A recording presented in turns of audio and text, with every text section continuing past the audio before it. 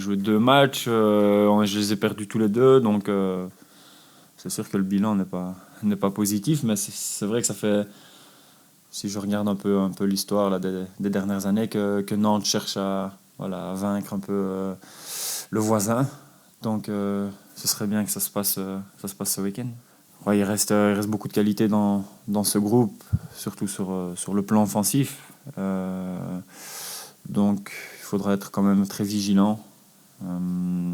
C'est une équipe qui est là tout en haut du classement, donc ils ne sont pas là par hasard. Depuis de nombreuses années, c'est une constante chez eux, donc c'est toujours difficile de les rencontrer.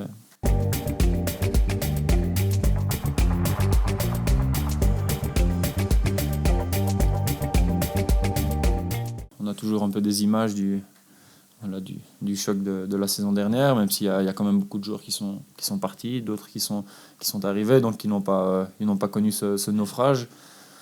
Donc c'est juste essayer de imprégner tout le monde de cette ambiance de derby, leur dire que c'est important pour les supporters surtout, et que voilà, c'est 3 points qui sont en jeu, pas plus que contre Paris ou contre n'importe quelle autre équipe. Donc c'est un match comme les autres, mais on a l'occasion de faire une belle opération. Si on regarde tous les matchs qui se jouent ce week-end, tout le monde se rencontre derrière nous. Donc c'est un bon coup à jouer. Ça peut nous faire basculer, oui, vers quelque chose de beaucoup mieux que la première partie de saison.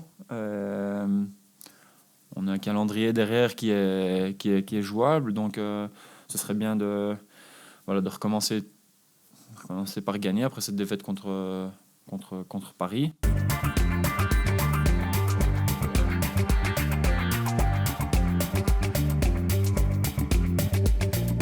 Ah, c'est sûr ça. On défend bien maintenant. On est solide, on comprend, on sait ce qu'on doit faire chacun à notre poste. Tous les jours, on travaille sur l'adversaire, sur comment il joue, s'il joue long, s'il joue court. On travaille beaucoup ça en vidéo et je trouve que c'est important parce que avant le match, tu te mets déjà en route pour dire comment il joue l'adversaire. Donc tu es déjà préparé à ça pour le jour du match, quoi.